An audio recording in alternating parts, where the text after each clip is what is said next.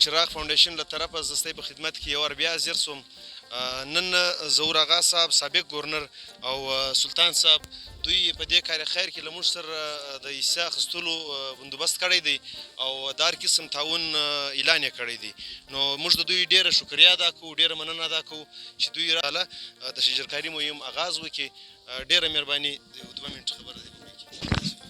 اعوذ بالله من الشیطان الرجیم. بسم الله الرحمن الرحیم.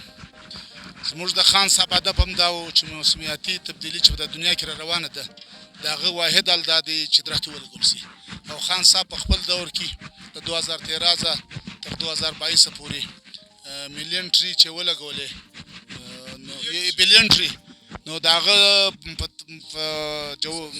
تسلسل کې د ښکارېزات او خصوصا د خانوزي کې د چراغ فاونډیشن چې دی دا له 3 کالو زه مسلسل دا یو جهاد په مخ راخسته دي. زه خپله ودې ته ډېر قدر په نګاه سره ګورم او له خپله طرفه او د هغه صاحب له طرفه 10,000 روپۍ اعلان هم کوم چې دا موږ د قدر کوو او انشاءالله دا ډېر کار خیر دی. باید چې ګرد علاقه دا ستا یو کار ته وګوري، په دغه طریقه دا کار روان کړي. والسلام. اوس به هغه صاحب. اعوذ بالله من الشیطان الرجیم. بسم الله الرحمن الرحیم.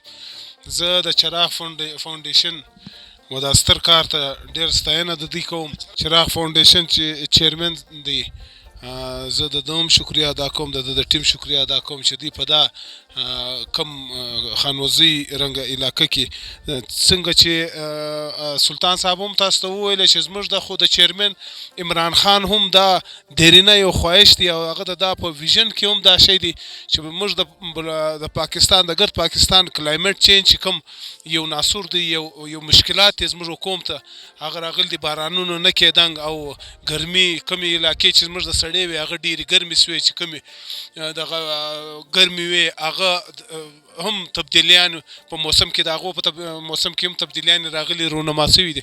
نو هغه د هغه شان واحد حل چې دی هغه په دنیا کې چې ریسرچ سوی دی هغه یو دا دی چې د ټری د کوم شجرکاري مهم چې دی د دې په ذریعه د کلایمټ چینج کیږي او برته به هغه نیچرل کوم سټیټس ته چې دی د زموږ انوایرمنټ ورسیږي.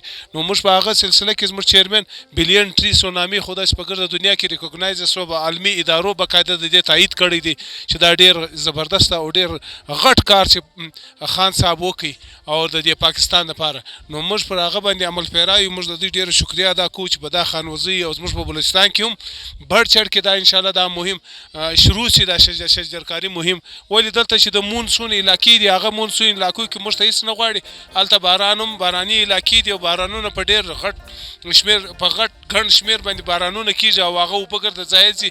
که هغه دپاره موږ دغه شجرکاري وکړو زموږ دا کم میدانونه چې دي ډېر وسیع میدانونه دي د بلوچستان او په هغه کې دا شجرکاري وکړو نو لا محله به انشاءالله زموږ هغه کلایمټ چینج چې کم سوی دی هغه به برته خپل نیچر هغه اوریجنل پوزیشن ته چې د مخه وو هغه ته راز به راسي. دلته به بارانونه وي، واورې به وي او کم د اوبو کمی چې دی هغه صرف واحد په دغه شجرکاري مهم باندې پوره کېږي. نو دې واره بیا زه د دوی ټولو چې د چراغ فاونډیشن دی د دوی د دا کار ستاینه کوم او دوی ته دعا کوو چې انشاءالله الله دې دوی ته نور همت ورکړي چې دا زموږ په بلوچستان کې شجرکاري زیات ولګوي.